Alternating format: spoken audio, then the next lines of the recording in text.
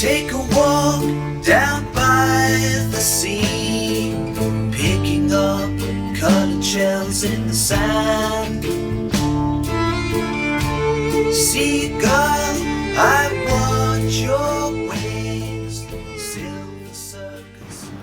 Bueno, pues hoy tenemos con nosotros a un invitado que es especial por muchas razones, entre otras cosas porque, como siempre digo, yo entro con los autores por profesionalidad y terminan en amistad.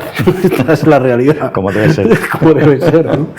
Y luego además porque también el libro suyo que publicamos en el 2025, sorpresivamente para todos, se convirtió en un bestseller. No sé si fue más sorpresa para ti que para mí. Para mí seguro.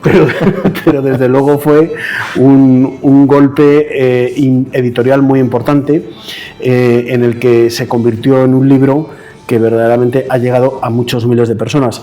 Estamos a puntito, estamos ahora en el mes de julio, casi junio, acabando julio, mañana empieza el día 1, pero para después de verano sale ya la 4ª edición de su primer libro, que es Historias de la Historia de España, y que va a salir también la versión de bolsillo. O sea, estamos a todo meter, que se dice, ¿no? A toda máquina, fenomenal. Oye, pues Marcelino Lominchar tiene un currículum así de potente, un currículum que curiosamente es historiador, hace guías de historia, bueno, guías turísticas, pero no turísticas, sino de historia, ¿no? Sobre todo especialmente en Segovia, sí. También por aquí en Madrid, también haces el barrio de las letras, tal, o sea, en muchos sitios. Me consta que disfrutas muchísimo con este trabajo, es la relación muy directa con las personas, que te gusta y se nota.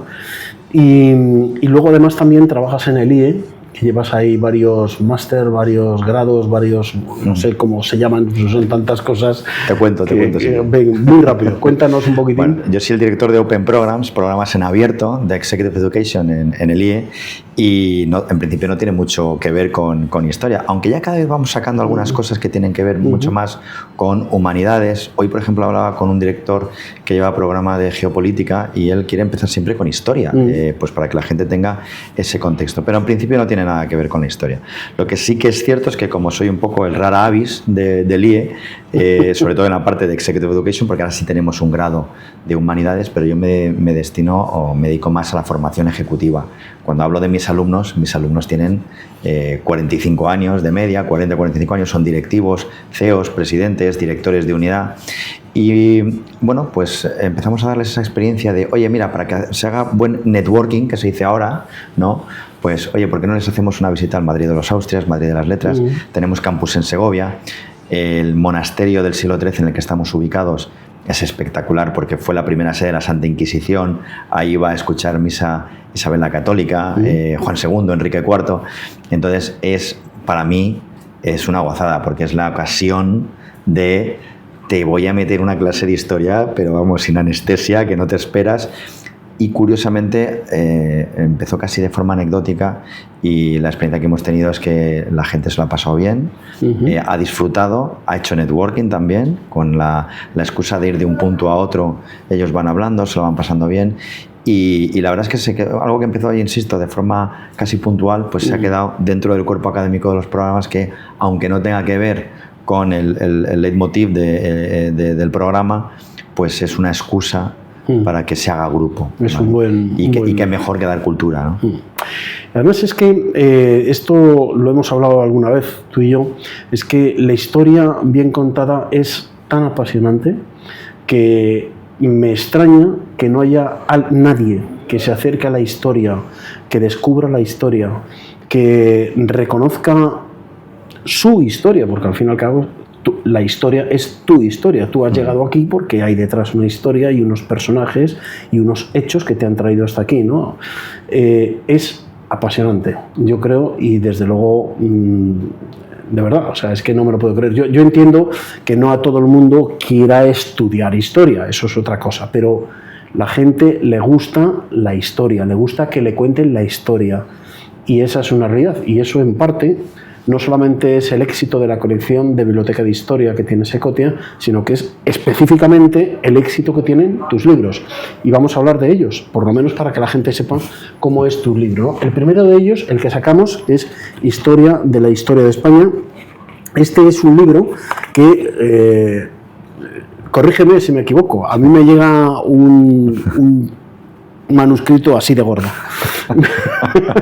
Más o menos. Más o menos.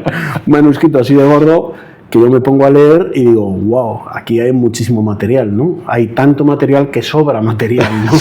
Sobraba material, ¿no? Que eso es al fin y al cabo un poco la labor del editor, ¿no? Ir sacando, ¿no? Ir extrayendo la crème de lo que está escrito o tienes una buena materia prima y se la puede sacar más brillo, ¿no? O sea, que eso es lo que hacemos los editores, ¿no? Entonces, sacamos este libro porque de aquel libro, de aquel manuscrito, hay muchísimo material muy bueno que habla de la historia, esa historia reconocida y reconocible, aunque solamente sea de oídas, ¿no? Para mucha gente, ¿no? Y sacamos este libro, es La historia de España, en el que realmente es un montón de hechos, personajes, momentos de la historia que realmente entretiene a la gente. Son capítulos muy breves, estructurado en 4 partes importantes, en bloques de la historia, que nos trae hasta aquí, hasta España. Y eso es lo que termina generando un éxito importante.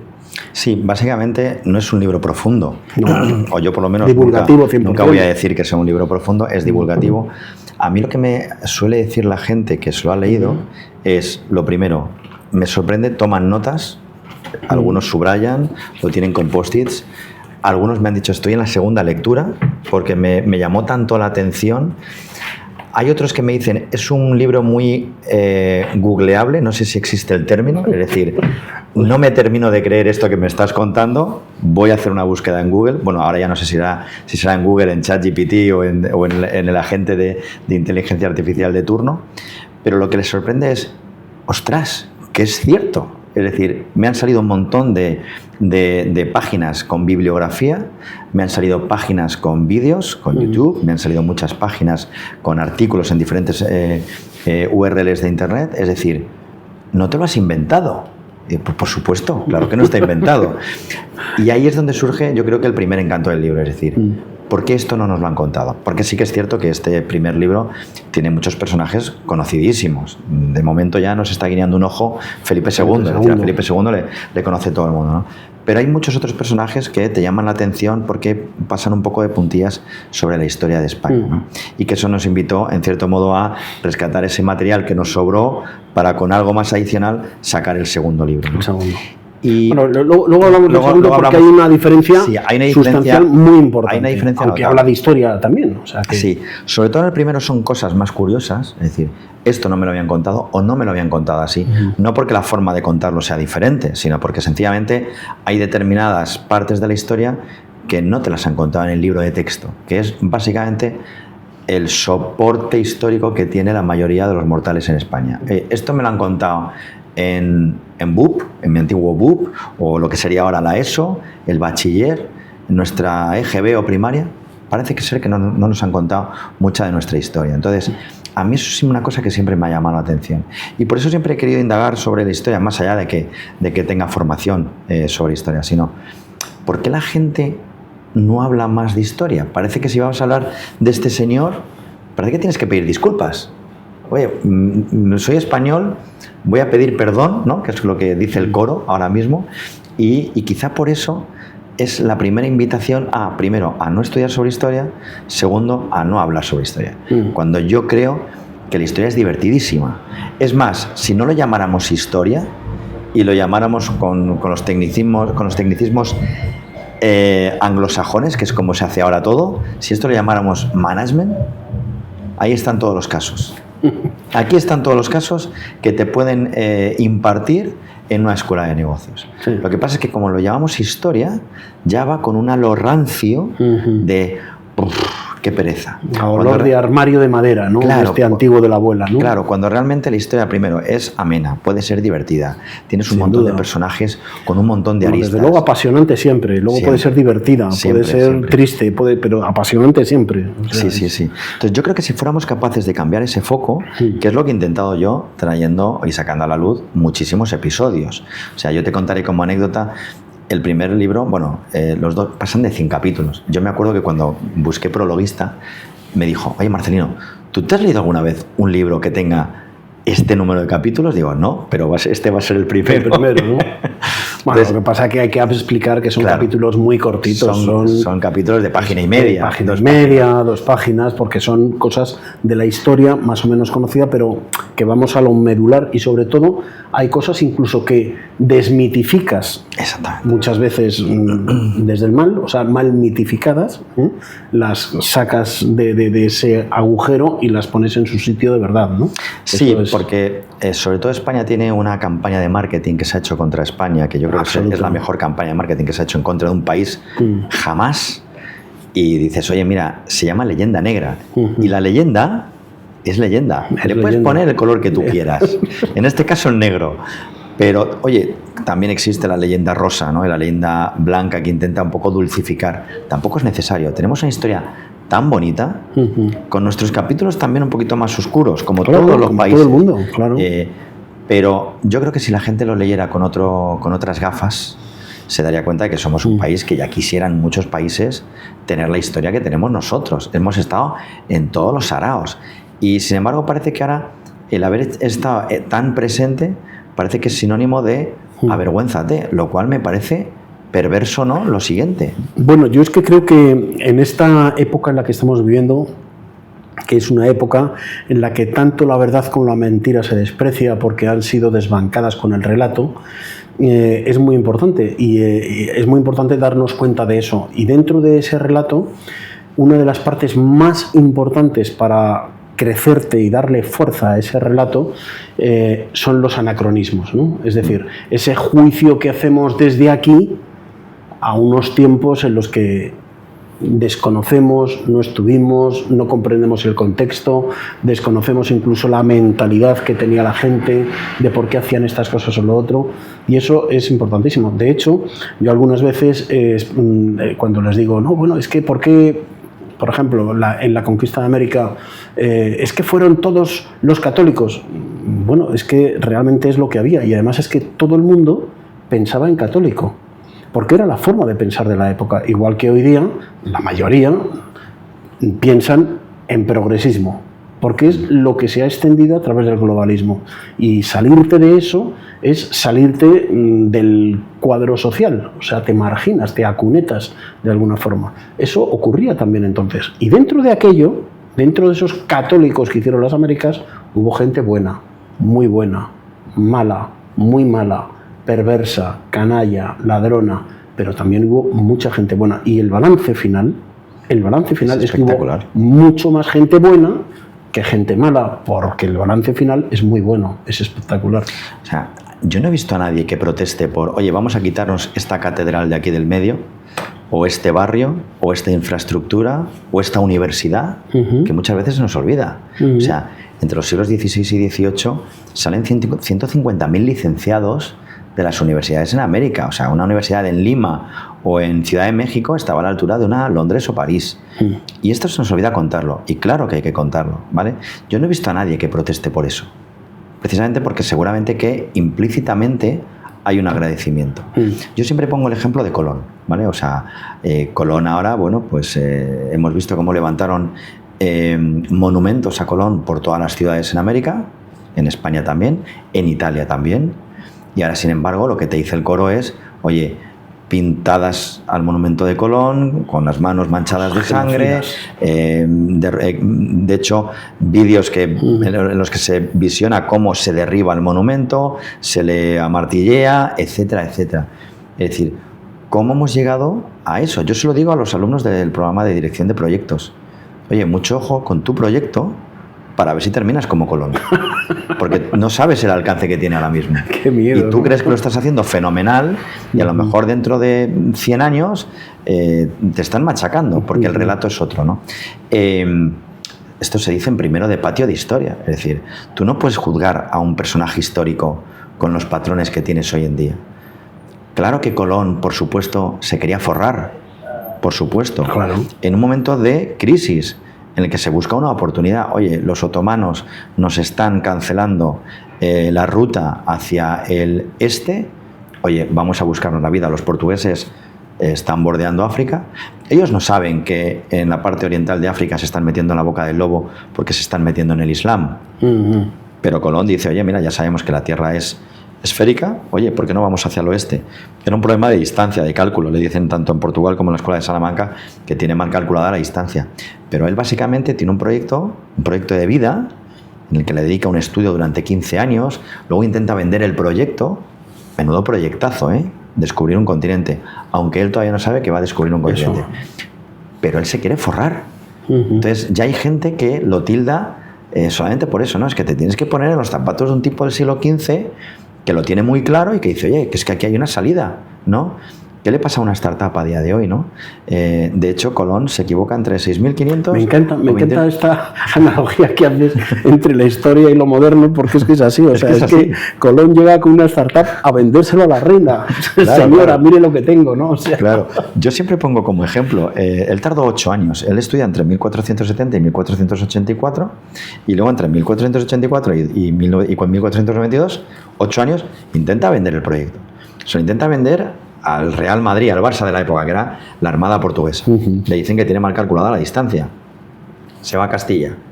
Le dicen que, bueno, mira, estamos con la Reconquista de Granada, es que ha venido en muy mal momento.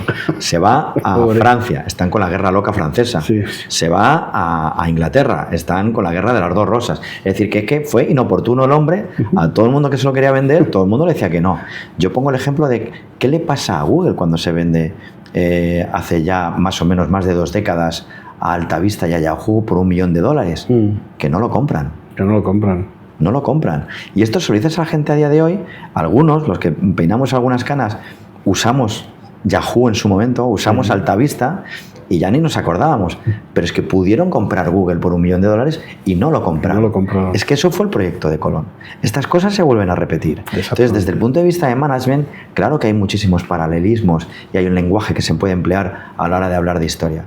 Y Colón es espectacular. Es que encima se juega la vida.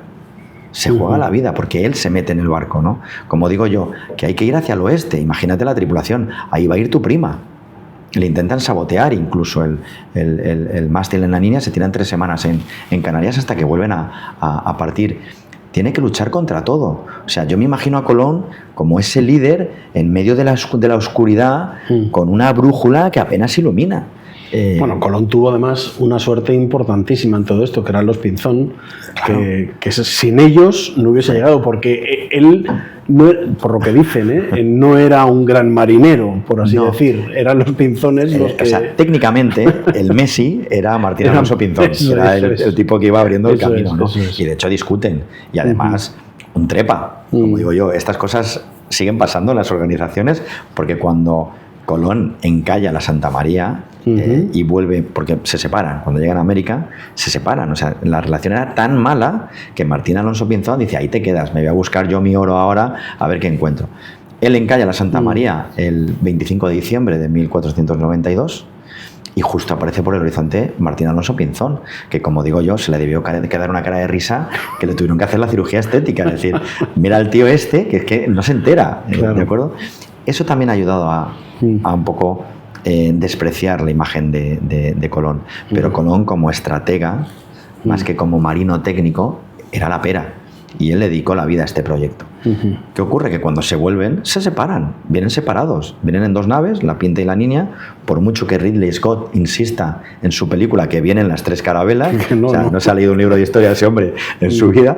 Tenía un final épico. Claro, quedaba muy bien en la imagen, Pero- con banda sonora Claro, estupenda. Se vienen con las 2 carabelas y se vienen separados. Y el que va a dar la noticia a Bayona, en Galicia, es Martín Alonso Pinzón. No digo que se apropie del proyecto, pero él es el que da la noticia. ¿Dónde va Colón? Colón va a Lisboa. con lo bueno que es, va a Lisboa, ¿se vuelve a equivocar? No. Lo que le va a decir a los portugueses es, tenía yo razón. Oye, ahora os quedéis ahí, ¿no? Por cierto, estáis a lo mejor a tiempo de hacerme una oferta, ¿no?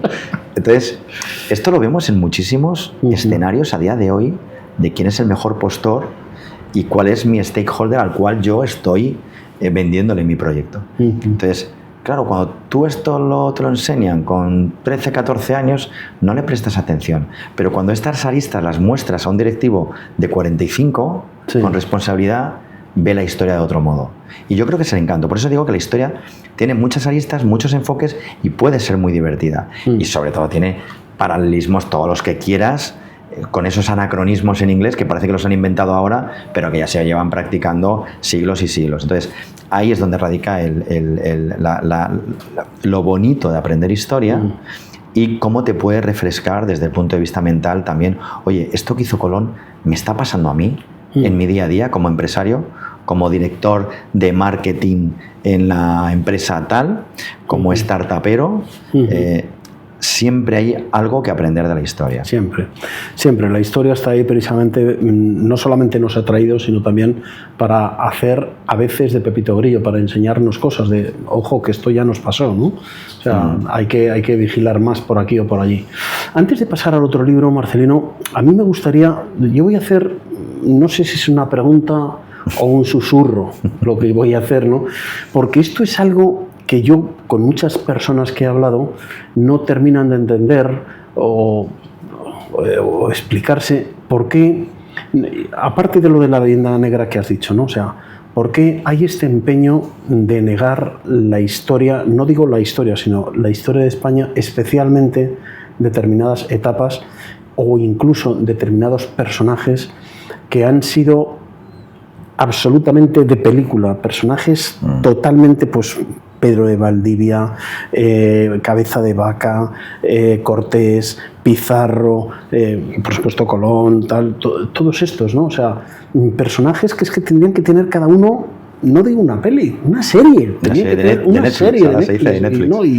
Y así es, no, de Netflix no, tío, que te ponen a Cortés negro y al otro chino, tío, o sea. Es curiosísimo, ¿verdad? Y el otro homosexual, o sea, que es que no, déjalo, Netflix no, busquemos otra, ¿no? Busquemos otra. Pues mira, yo creo que se ha hecho toda la vida. Se ha hecho toda la vida. O sea, y si nos vamos muy atrás, esto lo hace Tutankamón con Akenatón, ¿no? Destrozan todas las caras de Akenatón y nos costó encontrar un poco cómo era el rostro de Akenatón. Esto lo hace Carlos I de España y V de Alemania con los comuneros. Todas las familias en el centro peninsular, Segovia, Madrid, Toledo, que se pusieron de parte de los comuneros, oye, pues rompamos esa simbología que hay, esos escudos que hay en la fachada de vuestras puertas, porque no habéis estado con nosotros, ¿vale? Eso lo hace Felipe V. Bueno, no lo hace Felipe V, lo hace su abuelo, que es el que realmente toma las decisiones, que es el rey Sol, Luis XIV. Es el que negocia Gibraltar con Ana de Gran Bretaña. ¿Por qué? Porque a lo mejor pensaron los Borbones que por aquí iban a estar muy poco tiempo, de paso, y ahí siguen, ¿no? Ellos reina la misma familia todo el siglo XVIII. ¿De acuerdo? Aquí nosotros, retomando un poco lo de la leyenda negra, surge en el siglo XVI. Pero ¿cuándo la compran los españoles? En el siglo XVIII. Porque en el siglo XVIII los Borbones lo que dicen es, oye, aquí en España se ha hecho mal todo siempre. Vamos a ser nosotros los Borbones lo que lo hagamos bien. Hagamos una España nueva. Claro, ¿no? Y es la misma familia la que gobierna todo el siglo XVIII. Felipe V, bueno, su hijo Luis I dura 7 meses y medio porque muere de viruela y vuelve a coger el trono Felipe V hasta 1746, muere, entra su segundo hijo, Fernando VI, muere sin descendencia y entra su tercer hijo, que es Carlos III. Es la misma familia, padre e hijos.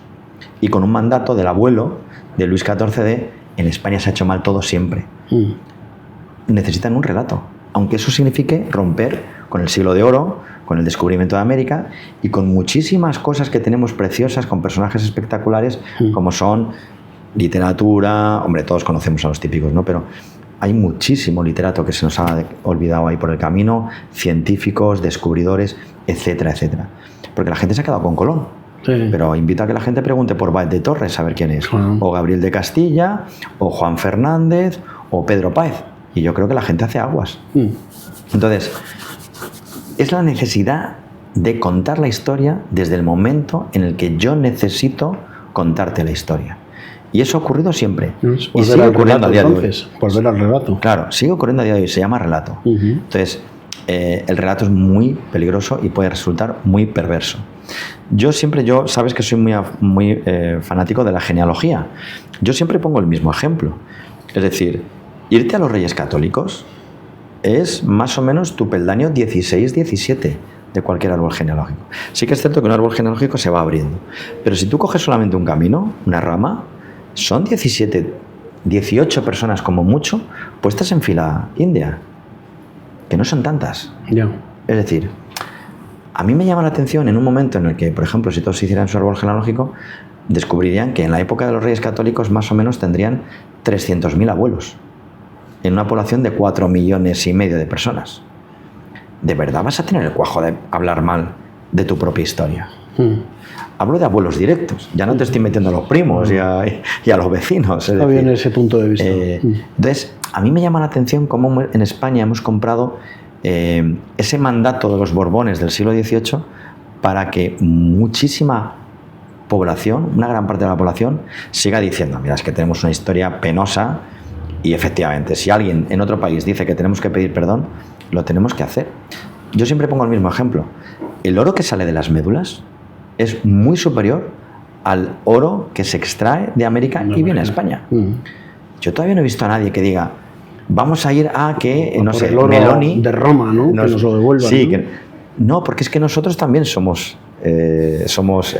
romanos. Somos romanos, claro. Y además adoptamos una cultura en derecho, en infraestructuras, en arquitectura, en ingeniería, que es brutal. Entonces, ¿vamos a decir que no a ese pasado? Es que me parece hasta estúpido. Claro. Pero bueno, en fin.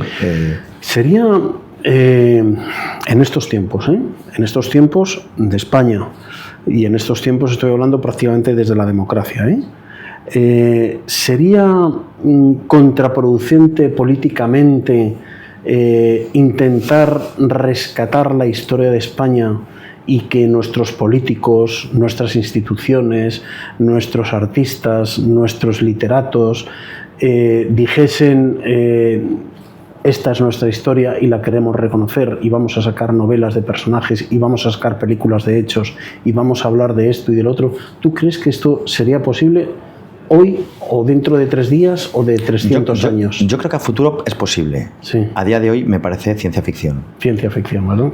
Penoso, pero ciencia ficción. Sí, me parece muy penoso porque es nuestra historia, pero solamente tienes que darte cuenta de que no se rescatan este tipo de personajes en solamente como movimiento civil, solamente la sociedad civil son capaces de rescatar personajes y poner estatuas y reconocer plazas y hacer libros y hacer películas, solamente. Te pongo un ejemplo, mujeres. Bueno, nadie se acuerda de ellas en un 8M. Me dirán, no, claro que nos acordamos de ellas. No, digo de nuestras mejores, de nuestras mujeres históricas que fueron cracks e hicieron cosas épicas, que son muchas.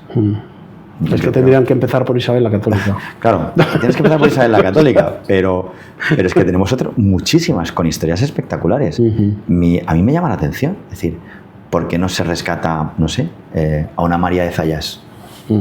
Que además era muy reivindicativa, en un momento en el que la historia está escrita por hombres. Porque nadie ha oído hablar de María de Zayas y sí de Lope de Vega, de Calderón de la Barca, de Miguel de Cervantes, de Tirso de Molina. Es decir, es la excusa perfecta para decir, oye, 8M, vamos a reivindicar la literatura de... Volvemos quizás a que esa borrancia. Oye, alguno se sorprendería de, antes hablabas de progresismo, de lo progresista que podría ser María de Zayas. Posiblemente, claro.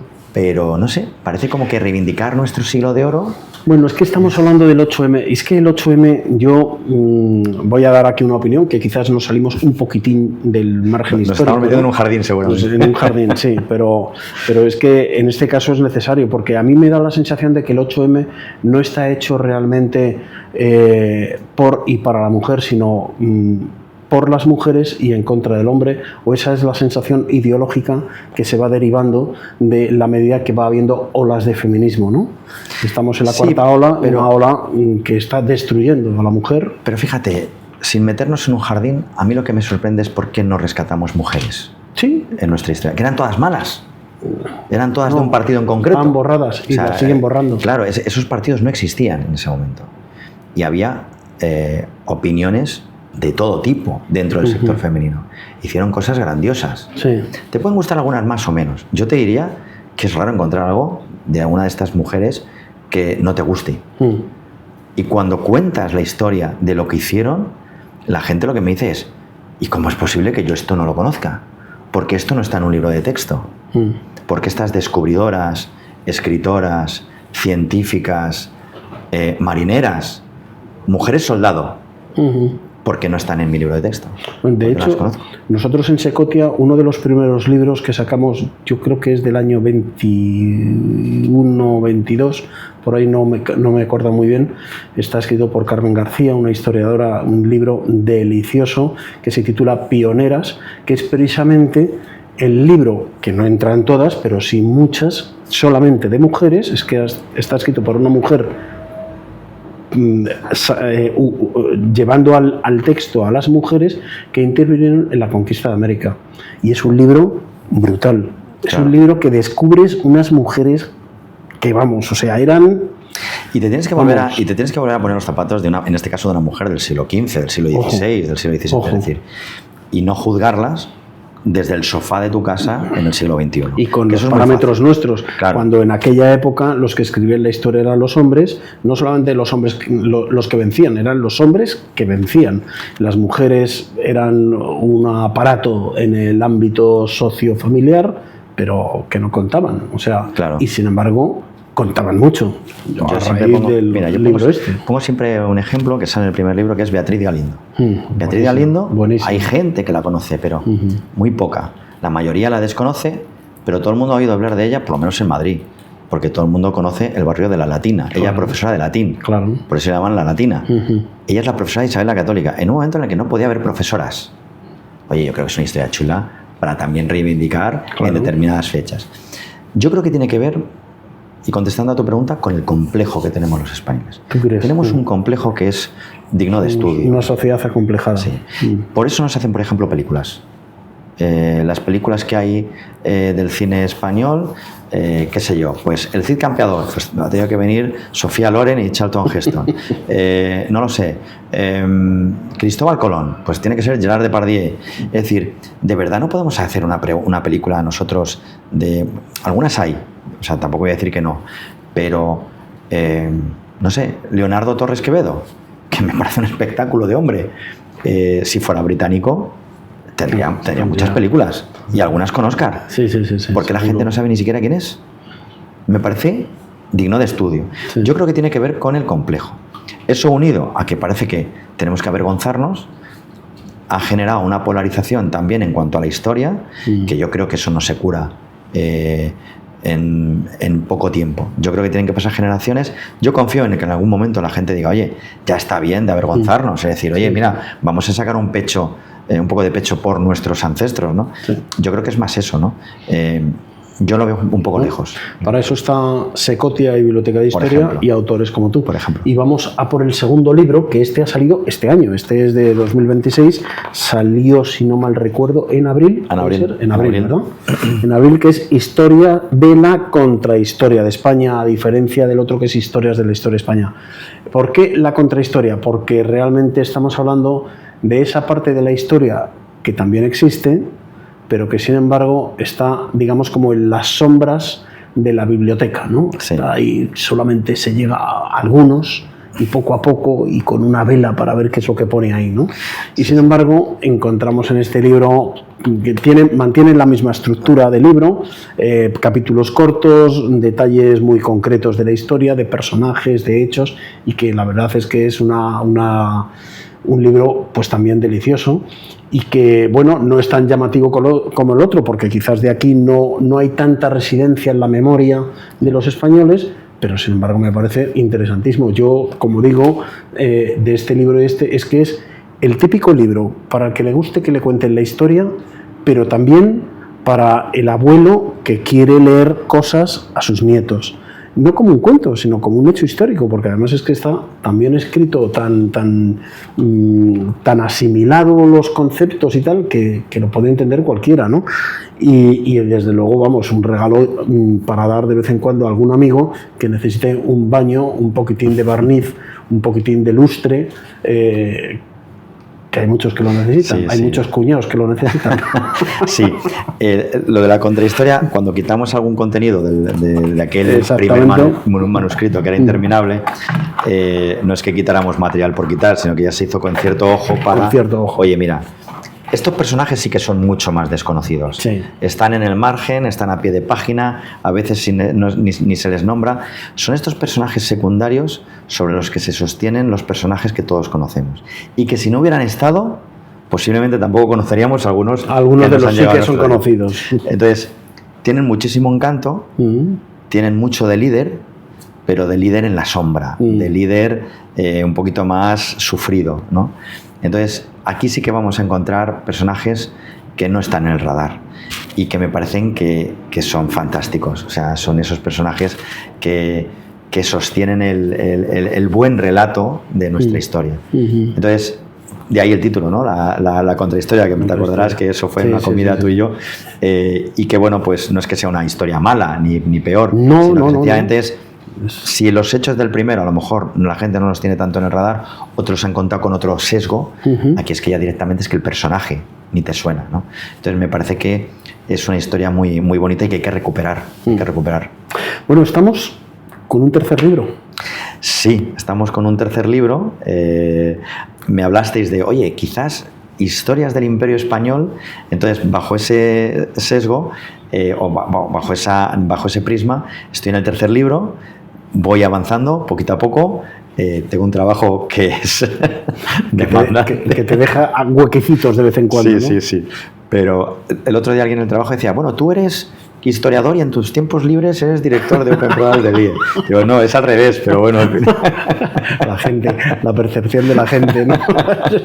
Sí que es cierto que a mí me encanta, me encanta. Y gracias, entre otras personas, gracias a ti, gracias a Manuel, he descubierto lo bonito que es la sensación de cuando de repente alguien te viene con un libro tuyo entre los brazos, como si fuera un tesoro, para que se lo firmes. Bueno, es algo que a mí... Es una maravilla. O sea, es que no se puede describir. La gente que no lo ha vivido, que no lo ha tenido, bueno, es como explicarle, no sé, como a un hombre explicarle, o a una mujer que no haya tenido hijos, explicarle cómo es un parto. Bueno, pues te lo puedes imaginar, puedes creer que el dolor es así, que la sensación es asado, pero solamente flotas en ideas totalmente... Y el vértigo de cuando tú ya me llamas y me dices, oye, que sale tal día. Y ahí dices, ¿habré cometido alguna inconveniencia? ¿Habré dicho algo que... Ay, Dios mío, ¿habrá todo algo? bien? Te entra un pánico, porque es como un hijo que se independiza y que digo yo, hasta que se compra un piso en Alcobendas ya directamente, ¿no?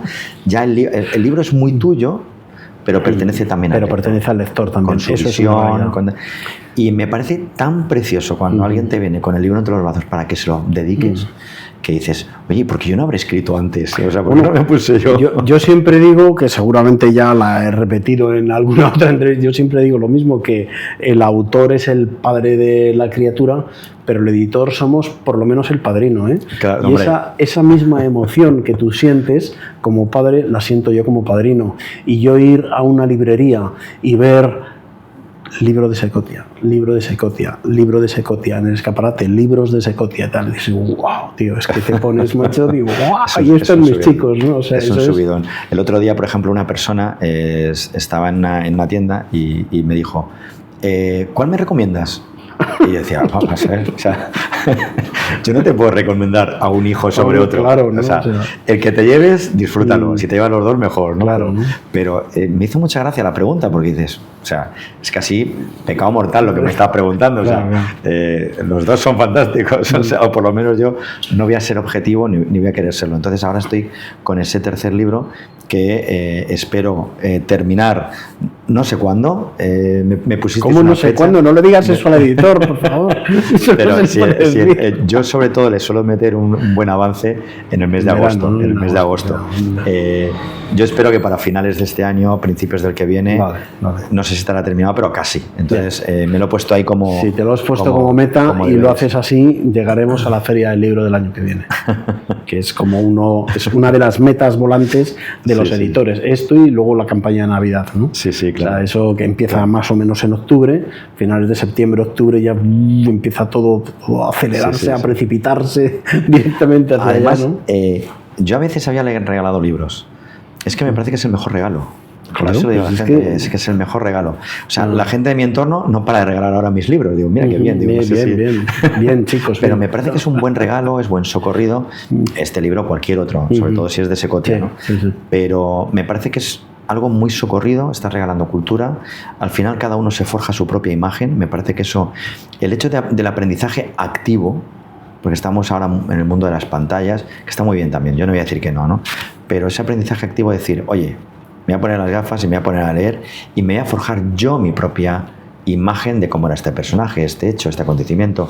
Voy a establecer el paralelismo con determinadas disciplinas de hoy en día. Me parece que es un ejercicio muy noble. Y bueno, lo que os digo, yo no sé por qué no me había puesto a escribir antes, porque es una auténtica gozada cuando alguien se acerca con un libro tuyo entre tus manos. Bueno, pues que sepas que tengo una nueva idea de libro para ti. Ah, Que no la voy a decir aquí porque me copian. Pero es una idea que puede ser muy buena, y por supuesto enredada en la historia también, ¿no? Pero que podríamos hacer ahí un libro muy interesante. Ya hablaremos de ello. ahí estaremos. Tú ya sabes que yo sutilmente digo que no, o sea, que a la piscina siempre. me ponen el saco y digo, venga, Eso es. Pues Marcelino, muchísimas gracias. A ti, Ha sido un a ti siempre. placer tenerte aquí con nosotros y espero que podamos repetir con nuevos. fenomenal. Ahí estaremos. Muchísimas gracias. Seagull, I want your wings. Silver circus in a cloudy land. Even when the winds blow lonely, when lightning cracks the black sky's face. Seagull, I can hear you calling. Time and space. I want to know how it makes you feel. The work you restless with.